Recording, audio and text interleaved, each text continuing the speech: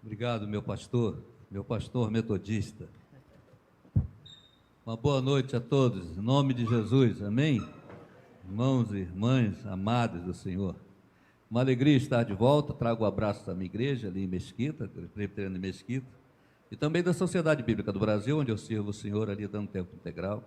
É uma alegria estar aqui às terças-feiras, ministrando, aprendendo e trocando experiências sobre os salmos que curam. Hoje nós vamos meditar no Salmo 129. Se você tem a sua Bíblia aí, abra no Salmo 129. É um dos cânticos dos degraus, como o da semana passada, 126. São salmos curtos, cantados até hoje nas festas em Israel, foram escritos em situações específicas. O Salmo dos peregrinos na volta da Babilônia. São salmos que não se ocupam em dar detalhes dos problemas, mas sim de falar dos princípios eternos que estavam em funcionamento, em ação, na solução. Esse salmo, por exemplo, assim como estamos sentados, ele diz assim, eu vou ler na Nova Almeida atualizada: muitas vezes me angustiaram, desde a minha mocidade, Israel que o diga. Muitas vezes me angustiaram, desde a minha mocidade, mas não prevaleceram contra mim. Os lavradores passaram um arado nas minhas costas e abriram longos sulcos. Mas o Senhor é justo, cortou as cordas dos ímpios. Sejam envergonhados e repelidos todos os que odeiam a Sião. Sejam como a erva dos telhados, que seca antes de florescer, que não enche a mão do ceifeiro, nem os braços daquele que ata os feixes. E também os que passam não digam, a bênção do Senhor seja com vocês. Nós os abençoamos em nome do Senhor. Até aqui. Deus nos abençoe com a leitura desse texto. O vento sopra onde quer, né? Então eu vou botar aqui no peso. Pronto. Está virando a página da Bíblia aqui. Vamos orar? Pai querido, muito obrigado por esta noite, pela chuva que cai. Que a Tua graça caia sobre nós como essa chuva. Obrigado, Senhor, porque conseguimos chegar aqui e viemos com alegria. Abençoe os que puderam estar, abençoe os que estão em casa assistindo, hoje e depois nas outras transmissões. Que a Tua palavra, Senhor Deus, também caia sobre nós, para que possamos ouvir a Tua voz. E agora que abrimos o Teu livro, abre nossa mente, nosso coração e entendimento. Queremos Te ouvir, a Tua vontade, e fazê-la. Em nome de Jesus, amém. Esse salmo diz, muitas vezes me angustiaram, desde a minha mocidade, Israel que o diga, muitas vezes me angustiaram, desde a minha mocidade, mas não prevaleceram contra mim. Tem duas coisas interessantes aqui, logo nesse início, é que o salmista faz questão de dizer que ele não vai tocar nos detalhes do problema. Por isso ele diz, muitas vezes me angustiaram, desde a minha mocidade, Israel que o diga. Quer saber? Pergunte a Israel, não é a pauta do salmo. Uma outra coisa interessante aqui, logo no início também, tem a ver com a poesia. Salmos são poesias. A Nova Almeida atualizada fez essa questão de não traduzir, não atualizar, deixa ali. A poesia você não traduz, poesia você lê e sente. Para traduzir, explicar a poesia fala por si mesma. No mundo ocidental, a poesia tem a ver com a rima. Se não rimar, não foi poesia, né? Então, os autores, os poetas, pensam na rima, na métrica. Na poesia oriental, especialmente na poesia hebraica, tem a ver com a repetição. A repetição é que diz qual é o tema do salmo.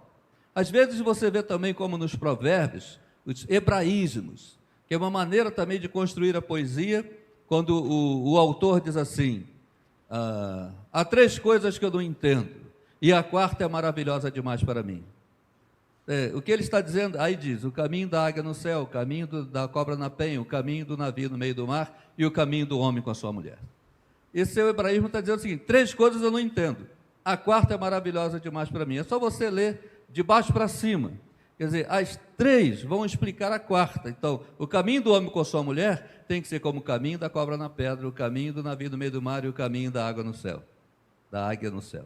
É isso que ele está dizendo. É uma maneira, um hebraísmo de dizer o que ele quer dizer, o moral da história. O caminho do homem com sua mulher, já que eu comecei a falar, pode passar tempestades como o navio passa em alto mar. O navio é grande no porto, mas em alto mar ele é pequenininho. As ondas têm metros e metros de altura. E alguns entram, você vê que o convés fica todo alagado e sobe. Porque ele tem leme, ele tem direção, sabe para onde está indo. O caminho do homem com a sua mulher, para dar certo, tem que ter leme, direção, saber para onde está indo. Como o caminho da cobra na pedra. Por mais que ela seja úmida, você não vê que a cobra passou ali, porque ela não deixa rastro. O caminho do homem com a sua mulher, para dar certo, não pode deixar rastro. Coisas acumuladas, resolva logo, enquanto as coisas são pequenas, porque depois vai acumulando os rastros, depois fica insolúvel. Como o próprio Salomão diz, em Cantares, apanhai-me as raposas, as raposinhas, né? Principalmente as raposinhas que devastam o vinhedo, que as raposas podem comer o que for, mas as raposinhas precisam afiar o dente no caule da parreira, da vinha, e aquele azedinho ela gosta. Então, uma raposinha que roeu um caule matou a videira toda. Então, coisas pequenas são mais importantes, não deixa crescer, pega logo enquanto está pequena e resolva. A cobra na penha, não deixa rastro. E como a águia do céu, voa alto, não tem placa, não tem rua, mas ela voa reto. O caminho do homem com sua mulher tem que ser alto e reto, sublime. É isso que o Salomão está falando lá, em Provérbios e em Cantares, falando da raposinha. Então, é a repetição nos Salmos. Muitas vezes me angustiaram desde a minha mocidade. Ele repete, muitas vezes me angustiaram desde a minha mocidade. Então, você já vê de cara que o que ele está falando aqui são de dores que não estavam doendo naquele dia. São de dores que estavam doendo desde a mocidade. Ele está falando disso, desde a mocidade. Ele falou, há muito tempo que dói. Então, em primeiro lugar, ele está falando de dores históricas. É o verso 1 e 2. Elas aconteceram. Qualquer um de Israel sabe, pode perguntar. Elas são dores históricas e elas marcaram a melhor fase da minha vida, a mocidade.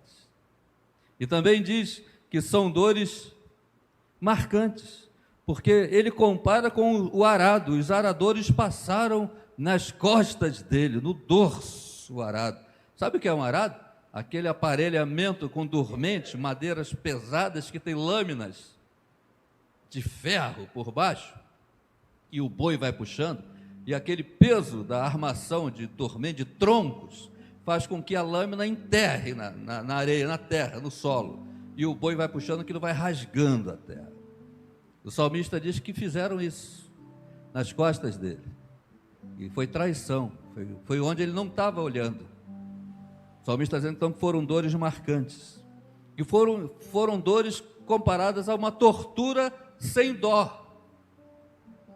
Além de ter sido pelas costas, na traição, abriram longos sulcos, sabe o que é? Valas fundas, cicatrizes. Ele está falando disso, ele está fazendo essa comparação. Quando eu era criança, eu morava numa rua lá em Bangu, rua Pirapitinga, e a casa ao lado da nossa tinha um papagaio, coisa do seu Acrísio, lá da Mariana, e a rua era muito pacata, uma rua de um quarteirão só.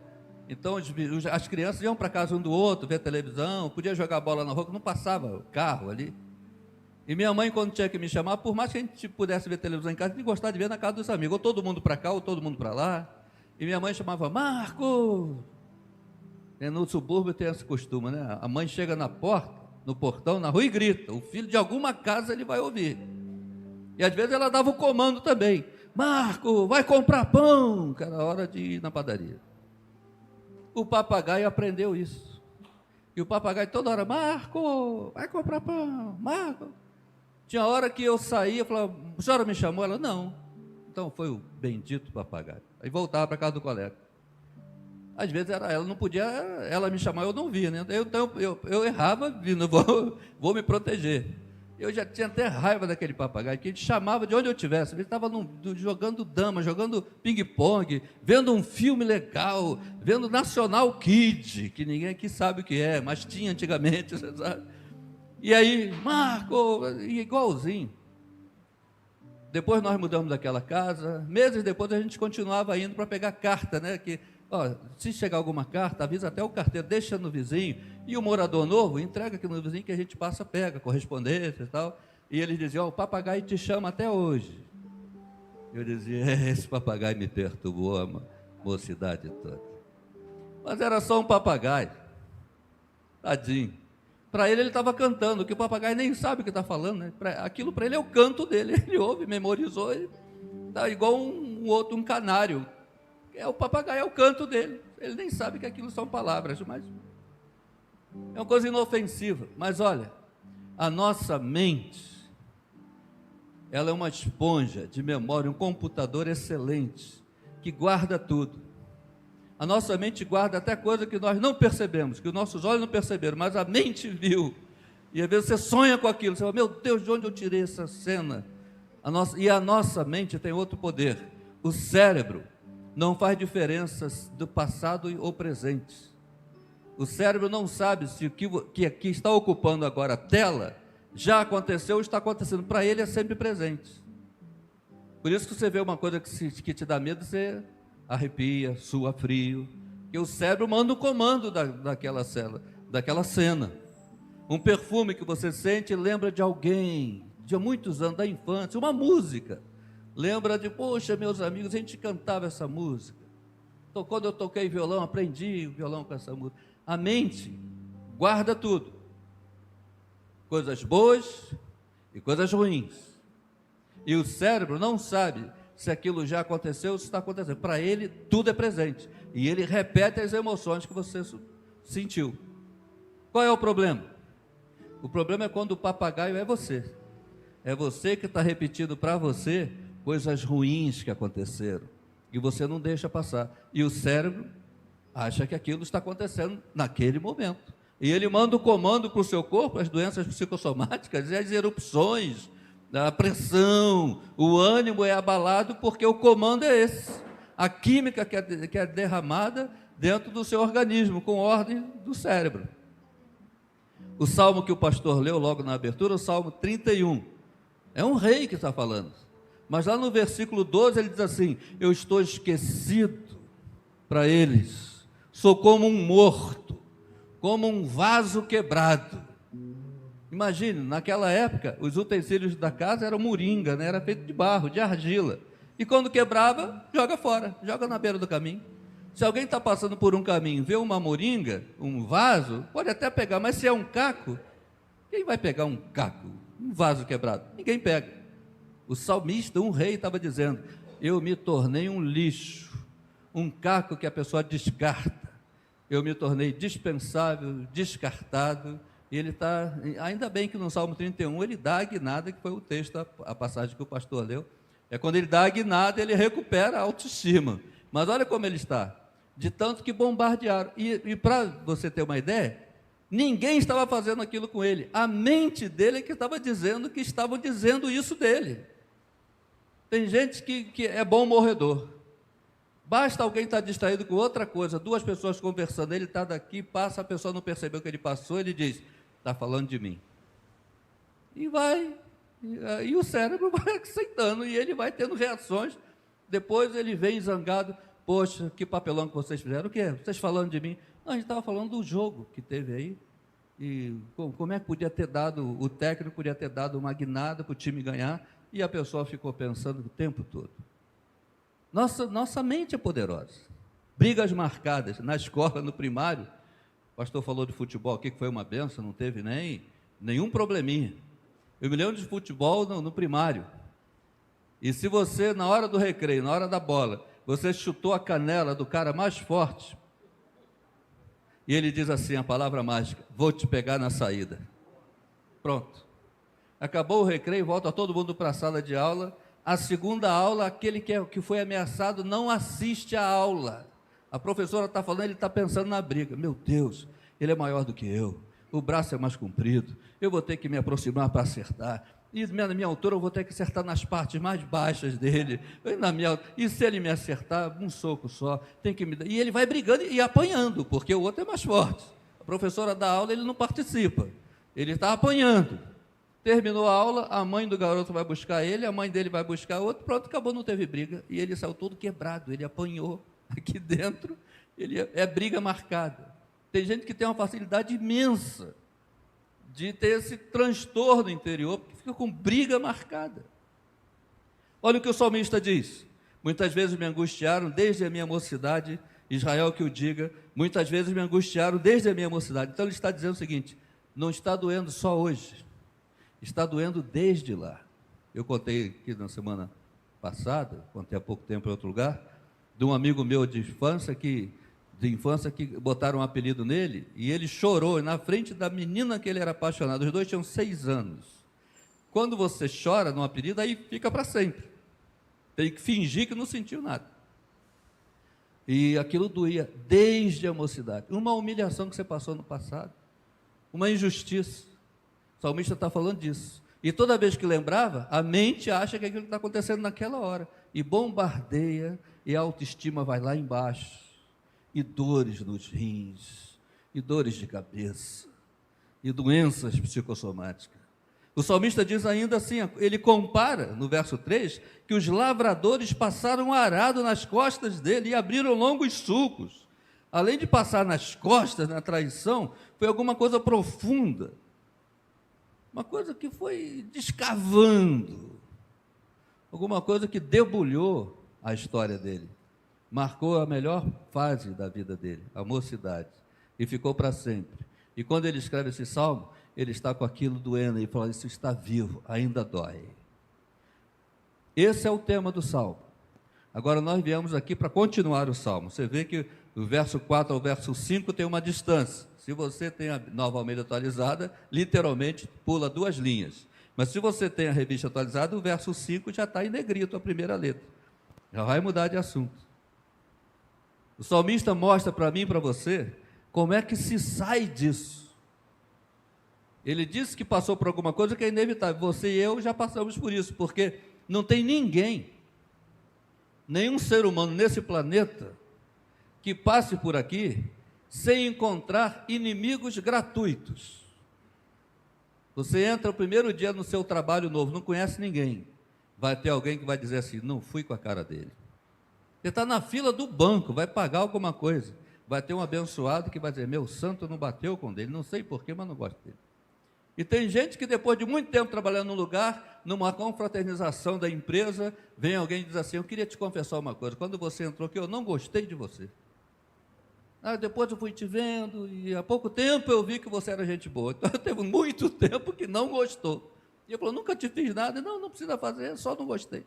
Então ninguém consegue passar por essa vida sem arrumar inimigos gratuitos. Esse não é o problema. O problema é como esses inimigos agem contra nós e como nós recebemos isso. O importante não é o que a vida fez com você. O importante é o que você faz com aquilo que a vida fez com você. É isso que conta. É isso que diz se você vai ficar doente ou curado, se você vai ser são ou enfermo. O salmista, então, ele encontra, dentro dessa tragédia toda, algumas verdades que ele não tinha percebido. A primeira já está logo aí, ó. Muitas vezes me angustiaram, o versículo 2, desde a minha mocidade, mas não prevaleceram contra mim. O salmista falou: a primeira coisa que eu não estava percebendo, eu estou aqui, eu não morri, eu estou falando desse assunto porque eu estou aqui. Me angustiaram, mas não me mataram, eu fui mais forte, eu sobrevivi. Eu estou aqui, se eu estou falando desse assunto, eu não estou na tumba, não estou no túmulo, é porque eu venci. Lembra a história do trovão e do raio? Tem gente que tem medo do trovão, mas se aquilo que provoca o trovão acertar, ele não vai ouvir o trovão é só o barulho do raio. Então tem gente que está assustado só com o trovão, o raio já te errou, não prevaleceu contra você. Então a primeira coisa que ele vê aqui é que não prevaleceram contra ele, ele está aqui, tem muita coisa bonita. A segunda coisa que o salmista vê é o seguinte, que o Senhor é justo, verso 4, cortou as cordas dos ímpios. Ele falou: mas Deus é justo, eu coloquei minha causa na mão de Deus, e Deus sabe que eu estava limpo na história, que eu não fiz nada para merecer isso, e quando eu coloquei a situação na mão de Deus, a primeira coisa que ele fez foi cortar as cordas dos ímpios. O arado está passando, rasgando as costas dele. Ele coloca: Deus me socorra. E o Senhor corta as cordas. O boi vai, o arado para, estanca ali. A segunda coisa que ele descobre então é isso, é que Deus é Deus que cura a história. E a primeira ação de Deus é: corta as cordas. Deixa o passado passar. Não fica mais lembrando que o arado passou. Já passou, não passa mais. Tem gente que fala assim: quem perdoa, esquece. Só Deus perdoa e esquece, porque Ele é Deus. Dos teus pecados jamais me lembrarei. Mas seres humanos não esquecem. Nós não ficamos desmemoriados porque nos tornamos crentes, cristãos. Então o que é perdoar? É lembrar sem dor. E, se possível, deixar o outro nascer de novo na sua história. A cura verdadeira é aquela que diz assim para seres humanos, né? Aconteceu, doeu e doeu muito, não posso negar, mas não dói mais. É lembrar sem dor. O Senhor é justo, cortou as cordas dos ímpios, o boi foi e o arado parou, não machuca mais. Irmão, irmã, deixa o passado passar. Não seja o papagaio que fica repetindo aquilo que machuca. Não fica alimentando a tua dor, que o teu cérebro vai pensar: está acontecendo agora. Deixa o passado passar. O salmista do Salmo 31 se sentia um vaso quebrado, e ele não era, ele era um rei. Mas o que funcionava aqui dentro, às vezes por uma besteira que ele achou que estavam conspirando, e não era. Depois ele descobre que não era nada daquilo. Então, em primeiro lugar, saiba que o que aconteceu não foi maior do que você, porque você está vivo, você está aqui. Segundo lugar, quando você coloca na mão de Deus, Deus cura o teu passado. Deixa o passado passar.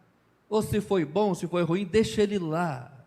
O que você tem é o presente. E já tem esse nome de presente, porque é dádiva de Deus para você. Você não pode mais mudar o passado, mas o futuro pode e vai ser lindo, em nome de Jesus. A terceira percepção que o salmista tem está aí no verso 5, que já começa com negrito: sejam envergonhados e repelidos todos os que odeiam ou aborrecem a Sião. Seja como a erva dos telhados, o verso 6, que seca antes de florescer. Ele diz o seguinte: sejam envergonhados e repelidos todos os que aborrecem a Sião. Mas não era ele? Sião é o reino de Deus. Ele está dizendo o seguinte: saiba que a afronta não é contra você. A afronta foi contra um filho de Deus. Então, se mexeu com o filho, mexeu com ele.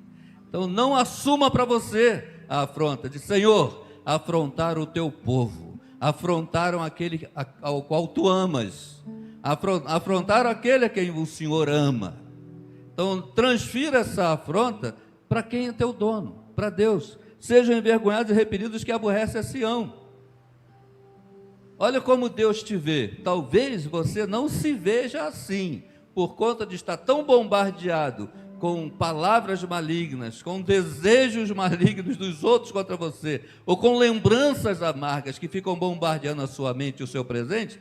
Isso pode ter acontecido e você não se vê como Deus te vê. Por exemplo, olha como Deus nos vê, Atos 9, 6.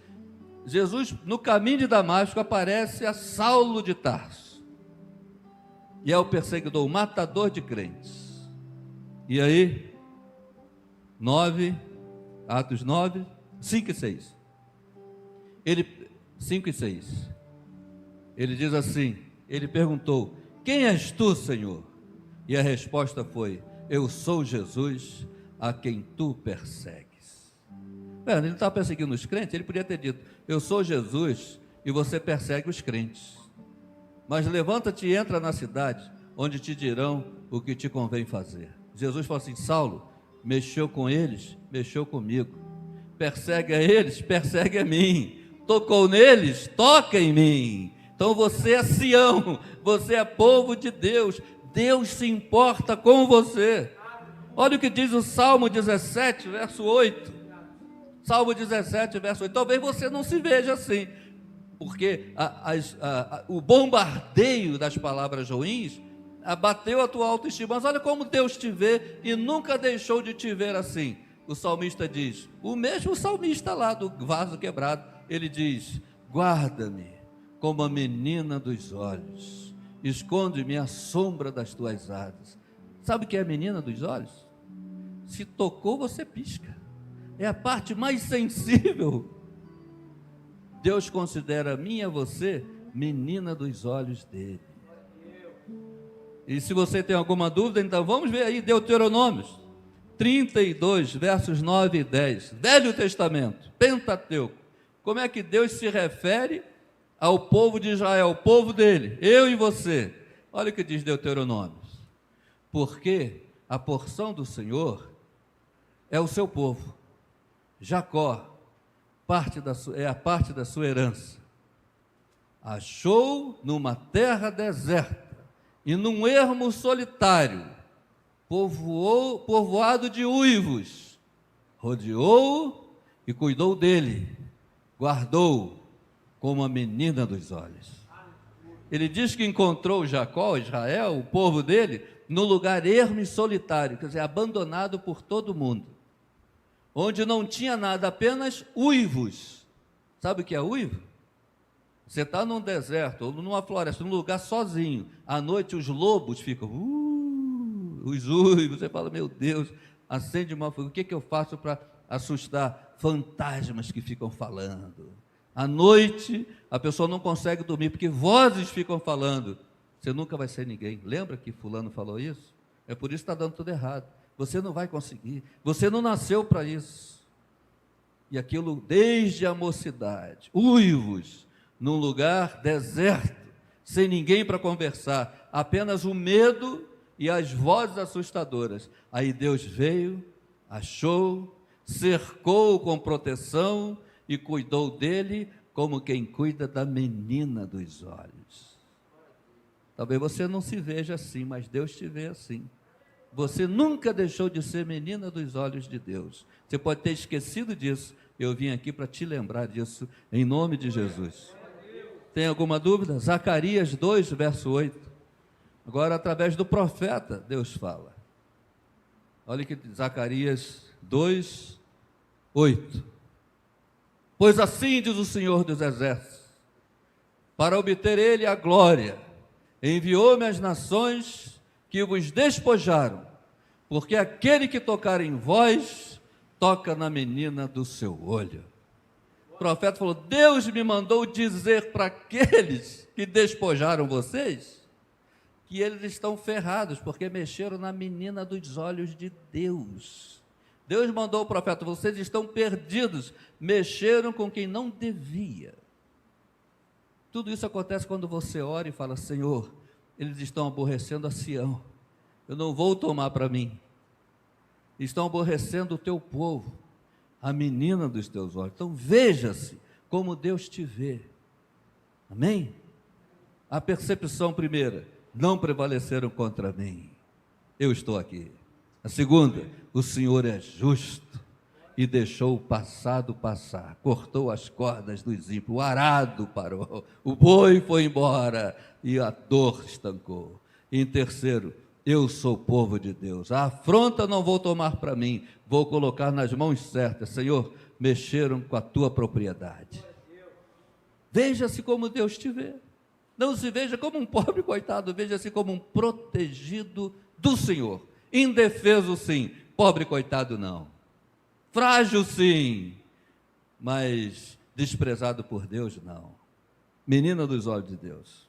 E ainda diz mais, em último lugar, ele diz assim, sejam, verso 6, como a erva dos telhados, aqueles que perseguem, que seca antes de florescer. Essa gente que persegue você não tem futuro.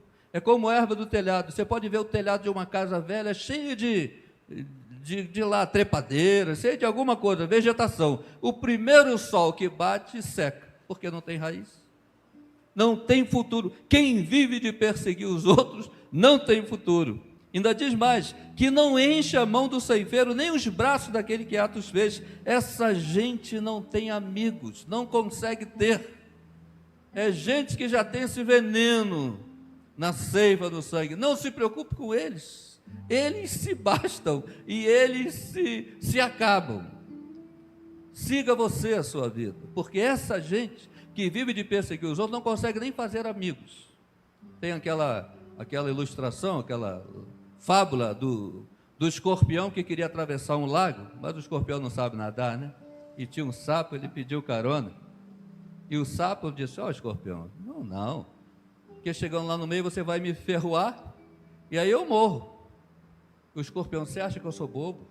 Se eu te ferroar e você morrer, eu morro junto. Eu não sei nadar. Ah, o sapo: faz sentido.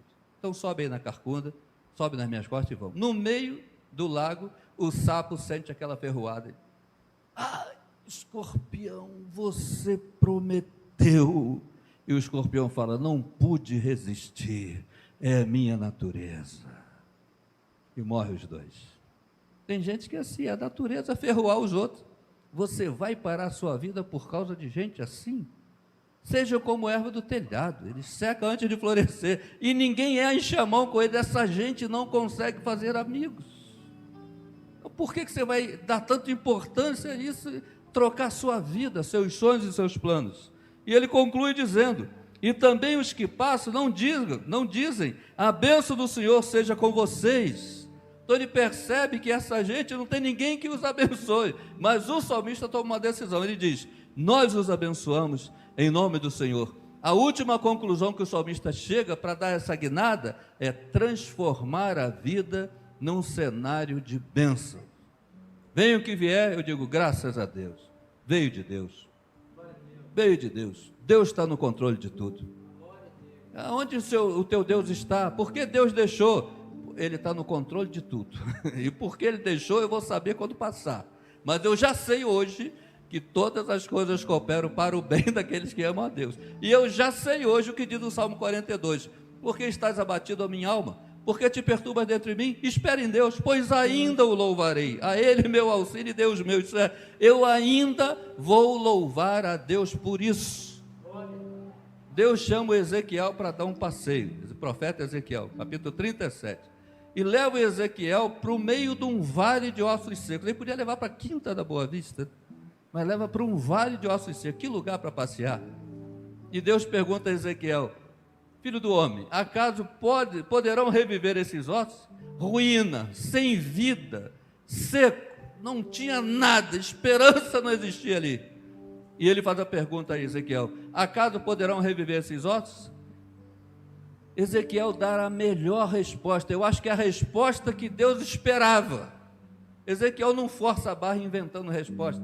Ezequiel não se preocupa de saber o que sabe tudo.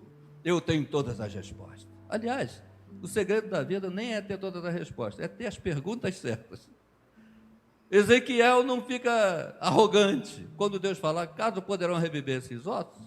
Ele diz: Senhor, Tu sabes.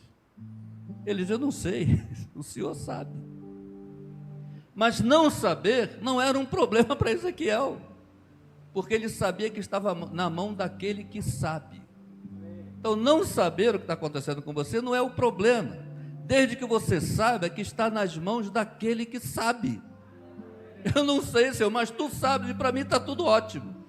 Deus gostou tanto da resposta de Ezequiel, falou: então, filho do homem, profetiza a esses ossos para que vivam, abre a tua boca, e eu vou transformar o cenário a partir da tua confissão, da tua declaração. Declare que está tudo bem, creia nisso, e eu vou mudar o cenário em volta, só porque você confiou naquele que sabe. Você não quis ser o cara que tem todos os macetes, todas as respostas, todas as declarações. Você foi um simples filho de Deus que disse: eu não sei, mas eu estou na mão daquele que sabe, e isso para mim é ótimo. Você está na mão daquele que sabe. Então, sabe o que você deve fazer? Eu te abençoo em nome de Jesus. A pessoa te afrontou, você diz: eu te abençoo em nome de Jesus. Ela é uma santa traição, porque ela está esperando você afrontar de volta, e você está orando por ela, você está por trás dela, orando por ela. Lá em 2 Samuel 5, a partir do verso 17, Davi foi ungido rei sobre Israel, lá no monte, ele está lá no Hebron, lá no monte Hebron, ele é ungido rei. Os filisteus, quando Saul era o rei, lutavam contra Saul. Todas as narrativas das guerras saíram os filisteus contra Saul. Embora Davi fosse o homem que as mulheres cantavam na rua, Saul matou milhares, porém Davi 10 milhares. Davi era o comandante do exército, era o mais temido, mas os filisteus não saíam contra Davi, saíam contra Saul. Sabe por quê? Porque o rei era Saul. A unção atrai a perseguição. Quando Saul morre o Jontas, Davi é ungido rei. Aí saíram todos os filisteus contra Davi, e os filisteus saíram homeopaticamente contra Saul. Manda uma tropa, ganhando ou perdendo, volta. Vai outra tropa descansada, ganhando ou perdendo, volta. Vai outra, até o inimigo cair por exaustão. Os filisteus tinham essa modalidade de batalha. Mas quando Davi foi ungido rei, eles disseram, não dá para ir uma tropa, esse é Davi, vamos todos. Se reuniram no Vale dos Refaíns, segundo Samuel 5, de 17 em diante. O Vale dos Refaíns, Refaim significa gigantes ou contendas. Filisteu é assim, ele só quer o Vale das Contendas. E Davi ora, Senhor, eu vou lutar contra os filisteus, o Senhor vai me entregar nas mãos? Deus falou, rapaz, você está no alto do monte, vantagem com o exército, e você ainda ora?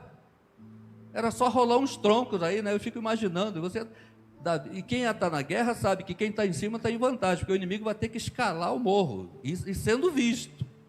Quem é das Forças Armadas sabe disso, estratégia de guerra. Quem está lá embaixo está em desvantagem. Davi disse, vantagens não garantem vitória. A mão de Deus garante vitória. E Deus disse, olha, você estando em vantagem, não confiou na vantagem, eu vou contra os filisteus. Pode ir que eu te entrego. Aí volta, Davi passou por eles como uma criança passando numa poça d'água. Voltou para a comemoração da coroação. Aí chega a notícia. Vem Joabe e fala, Davi, os filisteus estão lá embaixo de novo. Agora mais fracos, desarmados, feridos, uma meia dúzia. Davi orou ao Senhor, subirei contra os filisteus, entregar Moisés nas mãos? Deus disse assim, não, agora não subirás. Fiquei pensando, porque contra o inimigo mais fraco, agora Deus fala, não, agora não sobe. Deus honrou a oração de Davi. Deus disse assim, olha, diante do inimigo mais fraco, ele ainda ora, ele ainda não confia nas vantagens, eu tenho que honrar diferente a oração desse meu filho. E Deus disse a Davi, não subirás dessa vez, rodeia por detrás deles, pelo vale das amoreiras, ou dos balsameiros, como diz a corrigida, amoreira na RA, que é o vale de Baca, B-A-C-C-A, Baca é lágrima, é o vale de lágrimas, porque os balsameiros ficam serenando dia e noite, o chão é úmido ali, eu gostava de levar a gente lá, é úmido, dia e noite é úmido, eles choram, né?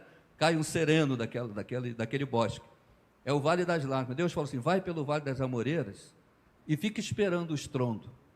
Você vai ouvir um estrondo pela copa das amoreiras. É o Senhor que saiu adiante de ti a ferir o arraial dos filisteus. Davi fez isso, ouviu um estrondo, quando foi ver, Deus matou os filisteus todos, e desde Gebá até Gezer não teve mais filisteus. Os filisteus nunca mais apareceram para guerrear contra Davi. Salomão reinou e não teve problema, porque os filisteus foram erradicados. Mas qual foi a estratégia? Deus falou assim, você ainda confia em mim? Mesmo diante do inimigo reincidente e mais fraco? Então eu vou honrar diferente. Dessa vez a batalha não é tua, é minha. Eu é que vou sair no teu lugar. E você vai ouvir um estrondo. Meu irmão, minha irmã, o filisteu voltou, o passado voltou, rodeia por detrás dele. Não brigue contra ele, fala, Senhor, está na tua mão. E você vai orar até ouvir um estrondo. Quando ouviu o amém de Deus, o estrondo, pode vir. Aquilo já saiu da tua vida. E da vida da tua descendência. Salomão, os filhos de Davi, não tiveram mais problemas com os filisteus. Deus sabe erradicar o problema da vida e da família da gente. O que te perturba é a insistência do inimigo, mas você fala, Deus, e agora? Ele fala, rodeia, vai para a oração, vai para a lágrima. Evite puxar a espada contra isso. Evite a afronta. Ele te amaldiçoou, mas você disse, eu te abençoo. Sabe, para nós focalizarmos a cena, é como se o meu inimigo está ali e vem contra mim. E diz um monte de impropério. Eu tenho a opção de responder ou a opção de dizer, eu te abençoo em nome de Jesus. Eu dei um passo para o lado e ele ficou de frente com a cruz. É Deus. Passei para Deus o negócio. Comigo você não tem nada, resolva com, eu sou propriedade dele, resolva com quem eu sou, menina dos olhos. Transforme a vida num cenário de bênção, não mais no cenário de reclamação, de amargura e de muxoxo. Aconteça o que acontecer, eu não sei porque aconteceu, mas eu sei que Deus está no controle de tudo. O passado já passou, não prevaleceu contra você. E você é propriedade de Deus. E se o vale de ossos secos aparecer, fala: Senhor, tu sabes todas as coisas. Deus vai usar a tua boca para mudar a situação em volta. Pare de lutar contra aquilo que Deus não quer que você lute. Vá para o Vale das Amoreiras, o Vale das Lágrimas. E você já está chorando. Eu sei que aí dentro já tem lágrimas, porque você já lembrou daquilo que doeu, e doeu muito, e até hoje vinha doendo. O cérebro não sabe se a coisa, para ele tudo é presente. Quanto mais você abastece, as emoções voltam. Mas tem um segredo: transforme a vida em cenários de bênção. E o Senhor vai erradicar esse filisteu da tua mente, da tua memória. Vai cortar as cordas do arado. O passado vai passar e a vida vai continuar. E lembre-se, tem muita coisa bonita para acontecer na sua vida. Tem muita história bonita pela frente. Deixa o passado passar. Esqueça o que passou. Viva para o Senhor. Em nome de Jesus. Amém. Amém.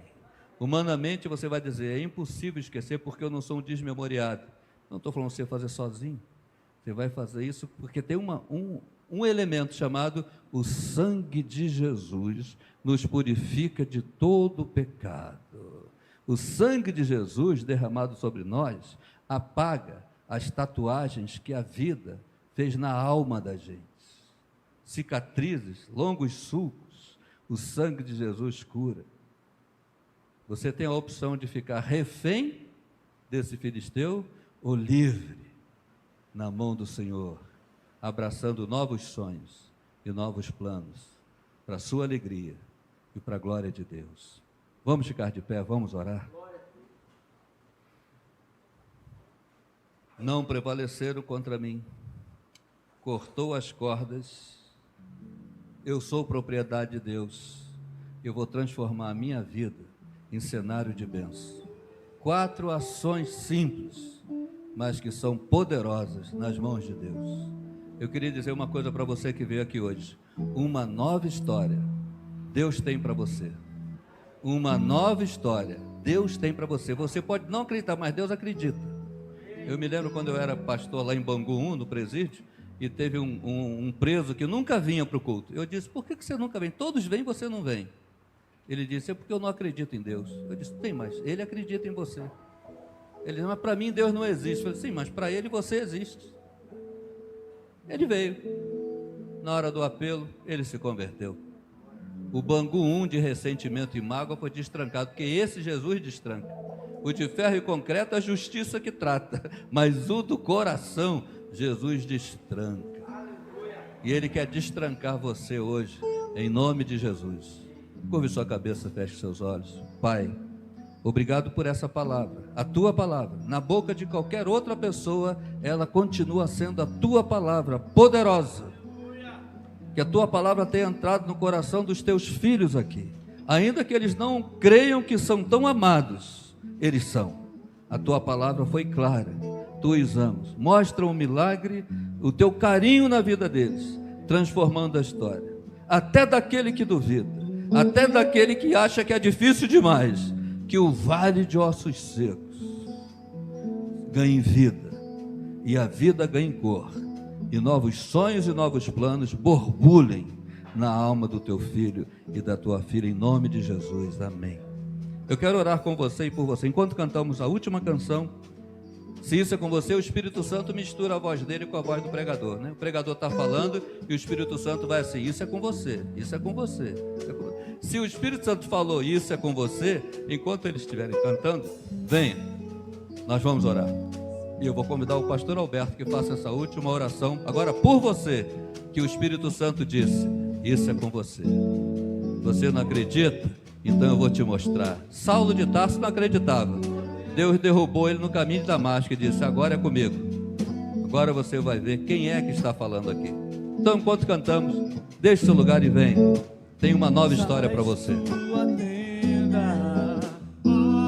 Filho meu, se mostrarei.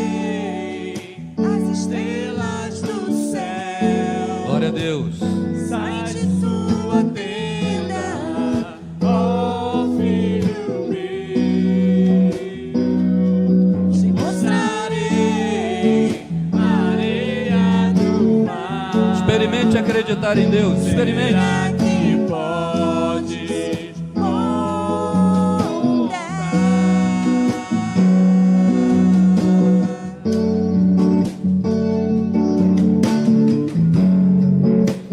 Será que pode imaginar tudo aquilo que sonhei para ti, filho meu?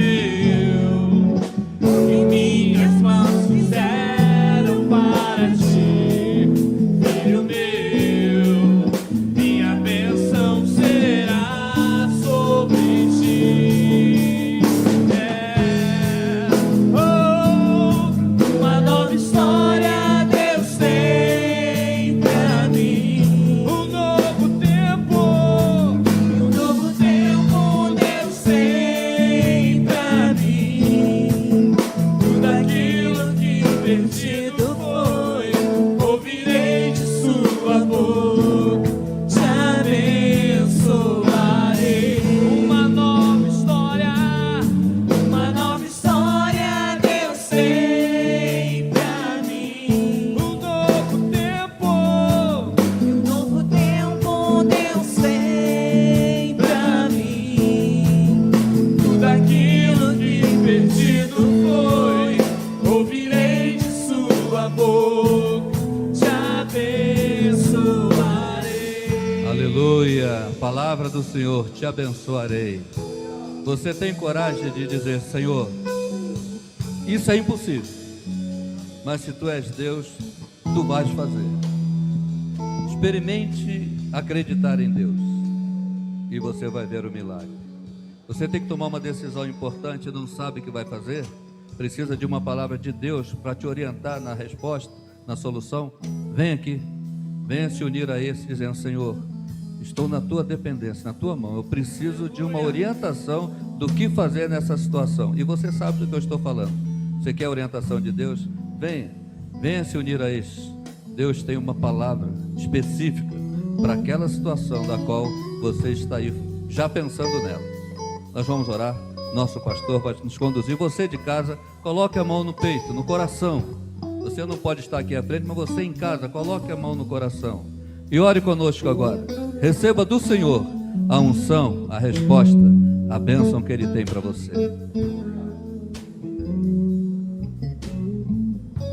Senhor, aqui estão os teus filhos e filhas, Senhor, no teu altar. Quantas vezes feridas são abertas e sangram? Quantas vezes os sulcos arados são feitos, ó Deus, através de pessoas que vêm para ferir, magoar, e muitas delas são pessoas próximas, famílias. Por conta disso, as marcas do passado ainda estão abertas. Mas a tua palavra foi ministrada hoje, Deus, e eu oro para que o Senhor venha agora rompendo essas cordas, destruindo essas cordas, para que cessem agora os sulcos, mas que também haja o sangue do Cordeiro trazendo cura para as lembranças. O passado passou, aquilo que te angustiava não te angustia mais, as acusações do passado cessaram, porque hoje o Senhor traz cura sobre tua vida. Hoje é noite de unção, a unção que cura, a unção que sara é derramada sobre a tua vida, trazendo a cura de Deus. Aquilo que você lembrava e te atormentava, hoje o Senhor traz cura para as suas lembranças e a agir do Espírito Santo na sua vida. Aquilo que aconteceu no passado não determina mais o teu futuro, porque você já está curado por Deus. Tempo da cura e da restauração de Deus sobre a tua vida, na sua mente. E o Senhor hoje derrama esta unção para que você seja instrumento nas mãos dEle, e aquilo que antes era ferida se tornou cicatriz, porque o Senhor trouxe experiência para que você seja usado por Ele com ousadia, em nome de Jesus. Sobre a tua vida não vale mais encantamento, você não está mais acorrentado, você não está mais encarcerado, porque tem a liberdade de Deus para a tua vida, a cura de Deus. Eu quero profetizar em nome de Jesus. Novos tempos, novos tempos, novos tempos. Tempo de conquista, tempo de alegria. Você que tem sido alimentado pelas lágrimas, cessou esse tempo. O Senhor tem sobre a tua vida uma unção de alegria para um novo tempo, em nome de Jesus. Sonhos restaurados. E a unção de Deus sobre você nessa hora, em nome de Jesus. Cura, Senhor, cura e restaura, renova. Abençoa o teu povo. É assim que eu oro, em nome de Jesus. Em nome de Jesus. Você crê nisso, amado? Amém? Diga obrigado, Senhor. Obrigado, Senhor. Obrigado, Senhor. Tem cura sobre a minha vida. Obrigado, Senhor. Aleluia, aleluia, aleluia. Em nome de Jesus. Ao voltar para o seu lugar, algo diferente já vai estar acontecendo na tua vida, porque o poder do Espírito Santo está sobre você, em nome de Jesus. Amém? Glória a Deus, glória a Deus. Diga aleluia. Diga aleluia. Glória a Deus, glória a Deus. Aleluia, aleluia, aleluia.